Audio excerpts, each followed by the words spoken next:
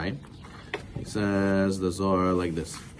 He says, the Torah says that if you don't follow my ways, follow my laws, Hashem says, then all the curses, God forbid, on a person that gets punished. Rabbi Yossi said, Musar Adonai beni al timas v'ato akuz v'tochachto. The pasuk says, where's this pasuk? This pasuk is in, I'll show you in a second, Mishlei chapter 3. It says, the Musar of Hashem, the rebuke of Hashem, my son, do not forsake, do not be discouraged, and do not push yourself away from his rebuke. And it says the Zohar, how loved, how beloved is the Jewish people in Hashem's eyes. How much Hashem loves the Jewish people. And this that He loves us so much is shown for this that He rebukes the Jewish people and He punishes them. And to go make them go on the right path. Like a father who loves his son. A person who really loves his son, what King Solomon say, the person who holds back the rod to beat his son, he means that he holds it back. He doesn't beat his son. It doesn't, meaning rebuke him. It doesn't make him suffer a little bit to go and change his ways. It means he hates his son. If you really love your son, you're going to rebuke him. You're going to put him in punishment. You're going to put him in his place to make sure that you give him a nice vospetats. With love, obviously. Everything with love because you love him.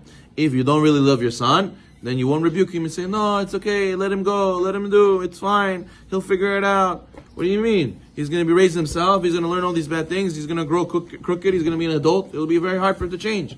So therefore, HaKadosh Baruch Hu, when He makes us suffer and He sends bad decrees on us, Chas v'Shalom, sometimes people say, whoa, Hashem, what did I do to you? Why does Hashem hate me? Why is Hashem out to get me? I went to do a mitzvah, Nazlo Hashem, right away He made me go through more suffering. I lost more money. I went through more difficulty.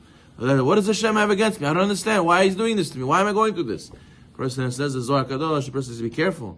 The person has to know that Hashem does all these things because He loves us. Nabarot, if He hated you, He would let you go, let you do whatever you want. You go Olam Haba afterwards, they tell you, oh, you did X, Y, Z, C, Gehenom. You're going to go sit in Gehenom. Hashem sends us messages, wake-up calls, sends us decrees. He gives us musar, rebukes us, because He loves us. So therefore, don't forget, HaKadosh Baruch Hu, you only make those who suffer who you love, in order to make them change their ways. And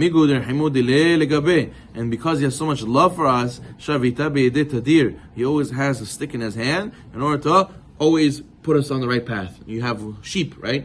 And let's say the sheep are running away, and they always see a little bit of patch of grass over there, they see a bush over there, they get excited, start running away to where they're not supposed to go. So the good shepherd, what does he do? He loves them, he takes care of the shepherds, of the sheep, so he goes and he puts the stick right away. Hey, don't go, where are you going, right? That shows he cares about them. A bad shepherd who doesn't care about his sheep, so let them go, whatever happens, happens. Person has to make sure that he realizes that HaKadosh Baruch Hu, that's what He does for us, that He loves us so much, and that's why He always rebukes us and sends us sometimes wake-up calls through the form of difficulty and suffering. And HaKadosh Baruch Hu, He doesn't love. What does He do? He says, He hates him. Salik minei tochacha. He removes rebuke from him. Salik minei sharvita. And He goes and removes his rod from him. The person says, but Rabbi, you see this guy? Hashem doesn't make him suffer. He has bracha, v'atzlacha, and he does no mitzvot, and he doesn't do learning any Torah. He has such a good life. Hashem makes him go through no suffering. What? You should tell him, what does the Zohar say? The Zohar says that means that Hashem already doesn't care about him. If He would care about him, He would make him suffer and wake up and change his ways. From the fact that Hashem lets him continue to go down that path, no, that's not a sign that He loves him, it's a sign that He hates him.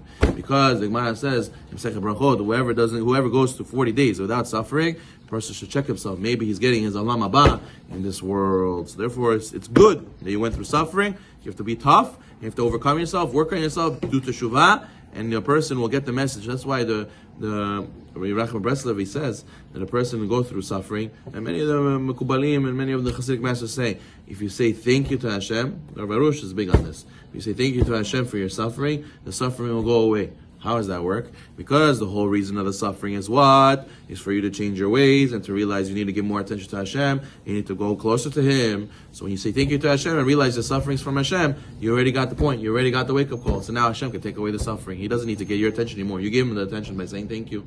So therefore, a person has to make sure that he realizes all the suffering he goes through is from love and not because Hashem hates you. If Hashem didn't like you, He would let you be. From the fact He loves you, that's why He wants you to become better and better and better. Baruch